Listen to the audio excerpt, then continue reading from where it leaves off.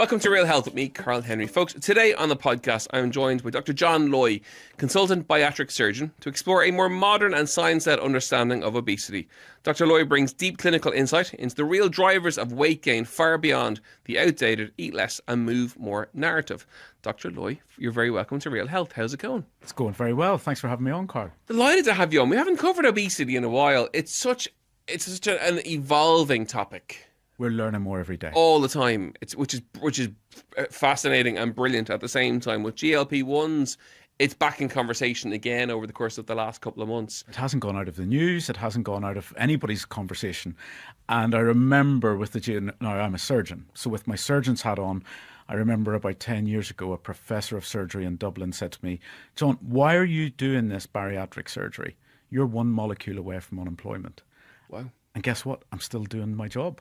And in fact, I would say we're busier than ever because people are trying the GLP-1s, they're maybe having the side effects, or they've tried them and they can't get a hold of them, or, they've become unavailable through production issues. I never thought of bariatric surgery that way. Right? That's like the AI chat, isn't it? It's like AI is going to take all our jobs or whatever. Yeah. I actually never thought about the impact or the potential impact on a bariatric surgeon. Yeah, so we're all general surgeons by trade, so we do pretty much everything in the abdomen. And it was about 15 years ago when I was a registrar down in Taunton in Somerset. I was working for Richard Welburn, and he had started doing the bariatric surgery, the gastric bypasses, etc. And I would see these patients we'd performed a gastric bypass on the day before, up and about the next morning, walking around, pain-free. And he would ask me, he said, "John, would you strike off maybe some of their anti-diabetic medications?" And I'd say, wow, they haven't started to lose weight yet. But it's really incredible that the metabolic effects of bariatric surgery are there before the weight loss happens. Mm-hmm. And so that's been replicated in the manufacture of the GLP-1 drugs. That's essentially what they do. They mimic the gastric bypass. But they're not perfect. And they're not perfect yet, even though the big pharma are working on it. Still, there is a very big role for surgery, and my numbers have been going up in the last year because people, I guess it acts as a gateway drug, and people realise, wow, my health was really on the decline. I've tried these drugs. They've given me what I need, but I don't want to be injecting myself every week. Mm-hmm. Cost-wise, if you're paying $300-400 a month for them, well, that would pay off the surgery in 3 years. Is that what the surgery is then? It's about 10-12 grand? It's about 10-12 grand with us, yeah. And we're, we obviously are only using the best equipment. Mm-hmm. People say, well, look, I might go abroad. I've seen it there for 2-3 grand in a certain country. Is that still trendy? I think people are starting to wake up to the dangers of it. We've made them more aware. There's a lot of stories out there.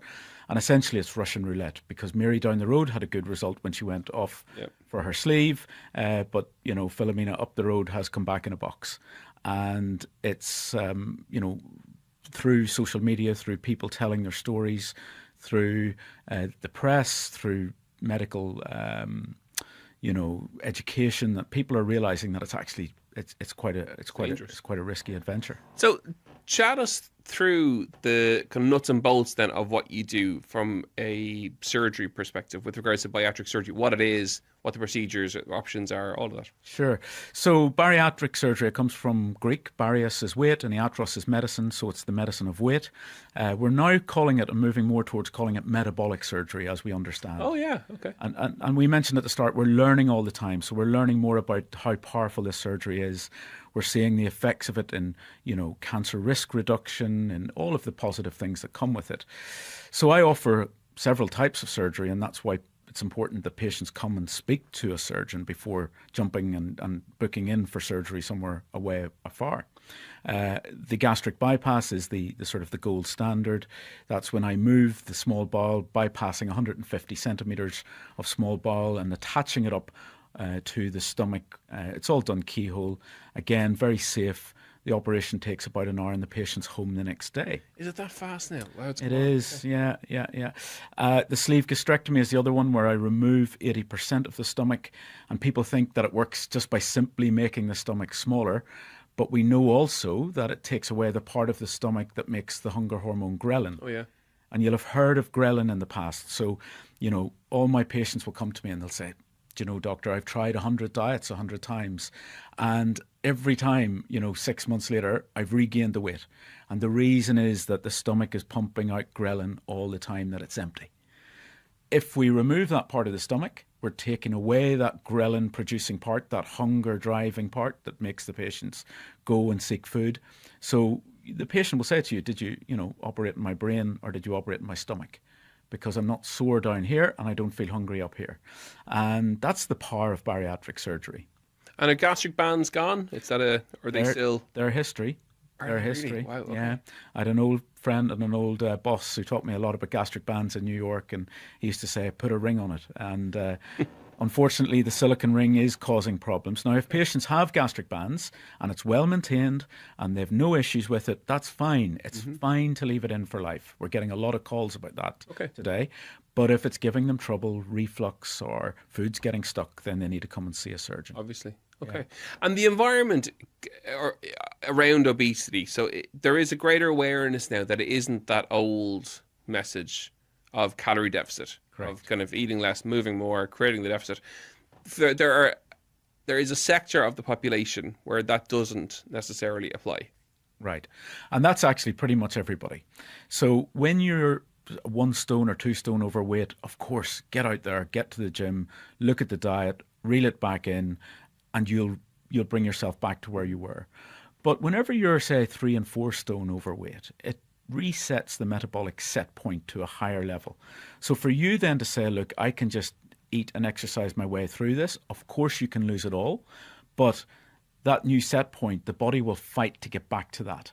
And that's the real difficulty. And that's when you need to get in with medical help, such as the GLP-1s for some people or surgery for others. So what we're saying to people is, of those who are somewhat overweight, 1 stone, 2 stone, diet modification, movement modification, chances are it's going to work for you. Brilliant. And best of good luck to them. And that's what you need. Yeah. But we know that, and this is the thing, Karl, when I came back home, I was away for 15 years working abroad. And when I've come back home every year, say for Christmas and every year for Easter or whatever in the summer holidays, I would notice the population and people on the street just getting bigger and bigger and bigger. And it wasn't in the urban areas because, the bigger people are staying at home and they're out in the country areas. And there's a lot of medical shut-ins down the country. People who are afraid to go out, people who are ashamed or embarrassed. And the general population is getting bigger in Ireland. And we do need to address that. And from a metabolic perspective then, with regards to weight, those who have several stone, chat to me about that. So for those people, the metabolic set point is now changed, and those people will struggle to do it on their own. And, genetics are at play, the environment is at play, the family sort of dynamic is at play. The genetic piece, that's it's important to kind of chat about that. Is that a thing? If your parents are obese, you are more likely to be obese. Is that genetic or is that environmental or a combination of both? We know now that it's a multifactorial issue. So genetics have a serious role to play. And we know that there are minor subtle changes going on in the DNA if you have 2 parents who are living with the disease of obesity and they have a child, and that child is born into an obesogenic environment, and through no fault of their own over the years they've been exposed to ultra-processed food and sat in front of a television or an iPad. That child is inevitably going to grow up with the disease of obesity. And we know that if you are living with obesity at the age of 18, that's a pretty good indicator for how your future path is tracked out. And my own fellowship when I was in NYU in New York was looking specifically at adolescents and teens with obesity. Mm-hmm. And we ran the biggest bariatric program for kids. Well, they called kids up to about 30 in America at NYU with George and Chris Fielding. And those kids were treated through philanthropy because no one else would pay for it. And it was amazing. My old boss used to have pictures on the wall of graduations, first dates. There's no point in leaving this disease to fester until they're 30 and 40 with the fatty liver, with the diabetes, etc. And those years between 18 and 30 are the most formative years of their life. If you can get in there and treat it and target it for, at childhood or adolescence, then you're going to stave off the problem for the future. Okay, so it's a combination of both is what we're saying, that if your parents have the disease of obesity, then you're more likely to have that. Yep. And as generations go down, there are subtle changes to the DNA that we are recognizing are happening, and then those subtle changes amplify the obesity as you go down. And of course, the issue with children and young adults with obesity is how you approach that. Exactly. It's so challenging from a parental and a societal perspective, because there's such stigma around and worry around having the conversations of weight with those who are young. It's really sensitive, isn't it? Kids, and my old boss used to talk about, he has a gastric band himself. He's very open about it, and he talked about being the only fat child in his class of 30 back in the 1980s, and he was bullied because he was fat. And when he gives a lecture, he shows a slide of the one skinny kid in class now being bullied because they're skinny by the bigger kids. But no, it is a sensitive topic. It's certainly at the fore at the moment when we're looking at what's going on to kids' plates, exposure to advertising of processed food and sugary drinks, and exposure to screen time as well. So the more natural, organic food that people can put in front of their kids, which is not always easy, the less screen time they have, that's going to help stave off obesity. Okay. Talk to me then about GLP-1s. Okay, so we've covered the bariatric stuff, we've covered genetics and obesity and the disease of it. So GLP-1s in the last 2 years really are everywhere. Everywhere. I've several clients who come in who I've 2 or 3 who are on it, but I've just they're all, everyone talks about it, and it is, the prevalence of it is unbelievable. And they're great. They're great drugs for those who need them, for those who are prescribed them. I mean, initially they were given out as anti-diabetes drugs, and then they realised that actually we can manage people's weight with them to stop them becoming diabetic or developing the hypertension, etc. So they are a really powerful drug. They are becoming increasingly available. There are now oral forms of them, but as we know, there are many side effects. Some patients can't tolerate them and some patients can't access them. I know a lot of money is currently being spent in pharma developing more sort of easily accessible, non-injectable GLP-1s, and they definitely have a place. And even for patients who have had bariatric surgery, say 5 to 10 years later, about 15% of patients might put on some weight again. Okay. Then adding in a GLP-1 is what we're looking at. And we've just recently published a study in the UK where we showed that actually adding in a little bit of semaglutide after weight regain post-sleeve or bypass brings the patient back down to where they need to be. Wow. That's called the Bari-STEP trial. So we've just recently published that. Okay. And I suppose for both the surgery option and a GLP-1 option, both need to be in conjunction with professionals, but also both possibly or potentially need to be in conjunction with psychology support. Correct. Like that's a huge component of obesity, is that kind of the psychology component of it. So we really need to screen people before we, go and operate on them, because, food might be their only friend. And if I take your food and your friend away from you and you don't have anything else going on in your life, that might be replaced by alcohol or another addiction. And there is a recognised phenomenon such as addiction transference. So we need to be mindful of that. There's also a slight increase in partner separation and divorce after bariatric surgery. Maybe the patient was, living with a feeder. And I've had several cases of the other half coming in and saying, look what you've done to her. Really? And one case where the patient said to the other half, could you mind leaving the room? And she said to me, he doesn't know it yet, but I'm leaving him. Wow. And that's because she lost the weight, she felt free, she got out in the world again, got to the gym and found love elsewhere. So you must be mindful of that. I mean, what I do, it's not just about what's on the scales. It's about improving people's lives. So the biggest thing that I see when they come back to me 6 weeks later in clinic, they come skipping down the corridor and they're delighted to show off, the sort of the new shirt they've on, or they've shed the winter coat, as I say. And they'll tell me, I've booked a holiday to Disneyland. I'm taking the kids on a ride. We're getting on a plane for the first time because I don't need an extension belt. All those little things. And people are saying at work to me, gosh, what are you doing? You're looking great. And that starts the positive cycle. And that's great for the psychology. And that's great for the outcomes. And that's more important to me than what's actually on the scales. And in terms of bariatric surgery, is there a screening process to that? So if someone rings and says, I want to get the surgery. Yes. Chat me through the screening process. So in my clinic in Aurelia, patients will be given an online questionnaire. They'll fill in their medical history. They'll talk to one of our support team. And, if there are things that are coming through there early, like the heart disease, or, for example, if they've attempted suicide in the last year, that's an automatic, look, you must be 1 year clear of that, and a letter of support from your psychiatrist or psychologist. So you have to be really mindful of that. The last thing you want to do is operate on someone with undiagnosed mental trauma or undiagnosed binge eating disorder or other issues that you might make worse with surgery. That's rare, but it's important to screen for that. So there are various different sort of online screening tools that we use. If I have any concerns, then I get the patient referred to a psychologist to get them screened more deeply before I would think about operating on them. And we'll always talk to the GP. We'll always ask them if they're under the care of a specialist. Can we have a letter from your specialist showing that they support your bariatric surgery? And that's really important to do before you do something that's irreversible. And is there still a BMI? Much as they may not like BMI, I hate BMI. But okay, good. Okay. I hate it. We're on the same page here. Is there still a cutoff for BMI for surgery now, or is that gone? No, there still has to be a lower BMI. Okay? Yeah. So there still has to be a level. Like with GLP-1s, it's 30 and above with a serious health condition, you'd qualify for the meds. Yeah. For bariatric surgery, is there 35 and above? Is it really? 35 and above, or if you're Asian, because the Asian population develop diabetes at lower BMIs.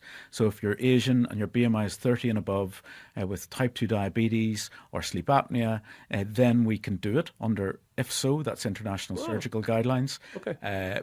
But the BMI, I found a very crude marker. Oh, right? And it was used primarily in England, where I used to work in the NHS, as a way of stopping people getting surgery. So they put the barrier quite high. When you know that this person, like the place in the world that does probably the most bariatric surgery are the Scandi countries. So Norway, Sweden, Denmark, because they treat patients before they become sick. Oh yeah, preventative health. Yeah. And why wait if a patient is already showing signs of hypertension, blood pressure, diabetes, all of those things? Why wait until they get sick? Get in there, you will save money for the health economy long term, and also you'll prevent your patient becoming sick. Chat to me about, I suppose, factors like food access, marketing, socioeconomic, how they impact the society, the obesity in society. That's a really amazing bit of sort of area of health policy to get into. And having worked in America, I've seen the effects of the food lobby. So the food lobby on Capitol Hill, they're really powerful.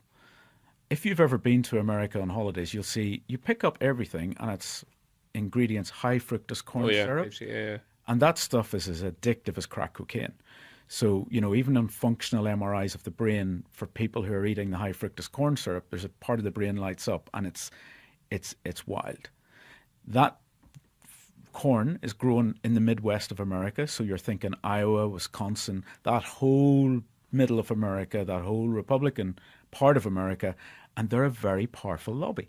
So they have deep pockets. They lobby hard on Capitol Hill anytime that there's any move to take high fructose corn syrup out or limit it going into foodstuffs. And I think we're quite lucky here in Ireland that we haven't as much of that high fructose corn syrup in our foodstuffs, and we really must resist that. So if you're exposed to that, that's a really addictive substance. And it's something found in highly processed foods. For people listening in who may have the disease of obesity, and they can recognise that, but they potentially feel a sense of guilt, shame, overwhelm of tackling that. If you're speaking to them as they're listening or watching today, what do you say? I say, don't be ashamed. It's now accepted that obesity is a disease. It's not your fault. Obesity is one of those things that we can now, it's one of the only things that you can legally discriminate against. So, if you're interviewing people for a job and someone is overweight or living with obesity, and you don't have to give a reason why you didn't give that person a job, not like the colour of their skin or their sexuality, it's one of those things that it's still legal to discriminate against. Do you think we see much of that in society? Oh, it's in the unconscious bias. If you have someone who's thin in front of you for a job and an equally qualified candidate who's overweight, the unconscious bias is going to make you give the thin person the job because they're not going to be off sick. They're highly unlikely to need adaptations at work, and they're going to show up. There's also the negative connotations of the obese person. You know, they're obviously the negative connotations. These are well documented. They're lazy, etc., etc. So you're going to give the job to the healthier looking, thinner person. And we are seeing a shift as a potentially result of the GLP-1s. Thin is back. There was a time 4 or 5, 6, 7 years ago where that kind of body positivity movement was very strong. We saw it in social. We saw it in... You look at the Oscars is a great way to look at that. The Oscars ceremony this year was horrendous from a visual perspective. Yeah, and it's that's unhealthy. We're absolutely, there's a definite societal shift towards that now again, which is terrible to see. Yeah, and that's the abuse, not the use. That's the abuse of the GLP-1s. People who are getting them unregulated. And if you look, another interesting study was showing a heat map of type 2 diabetes in New York City and the prescription levels of GLP-1s. Oh, yeah. And I don't know if you've seen this, but the Bronx has the highest type 2 diabetes levels, and Tribeca has the highest Ozempic and GLP-1 prescription rates. A final question. How does the future look for obesity? I think it's going to be personalised care. So patients will come to their doctor. The doctor will do a full assessment of them. They will either send them to me or they'll manage them through the GLP-1s because I can't see everybody who's overweight or living with obesity. So for those who do need surgery or are thinking about surgery, there might be a blood test in the future that says, well, actually, you'll do really well with GLP-1s, or you'll do well with a gastric balloon, or you'll do well with a sleeve gastrectomy, or you'll do well with a combination of both. It's not one size fits all. It's not, that the medications are going to take over and do away with surgery. It's going to be all the physicians and the surgeons working together, along with people like yourself, psychologists, and tailoring individual treatment plans. So the future's bright. If we curb the advertising of junk food to kids, and if we put better food on their plates and get them out and get them moving, it's very bright in about 2 generations' time. The future is safe for our generation. I thoroughly enjoyed our chat. I love chatting this topic. I just think it's really interesting. I could bore you to death for hours. But it's been fascinating. If people want to get in touch with you, where do they find you? So I'm available for consults at aurelia.ie. So we've got an Instagram, we've got a web page, and actually the consult is free, so they can do it online. I talk to people from Donegal, I talk to people from Cork, the Aran Islands, all over. The hybrid model of life care. Well, that's it. That's what it's much better for patients. Absolutely, it is. Thank you so much for coming in. Really appreciate it, folks. That is it for another episode of Real Health with me, Karl Henry. As ever, you know where we are at Karl Henry PT on Instagram, realhealth@independent.ie, and on the Irish Independent website. If you like what you heard, don't forget to rate and review, and we'll see you next week for more Real Health. Slán go fóill.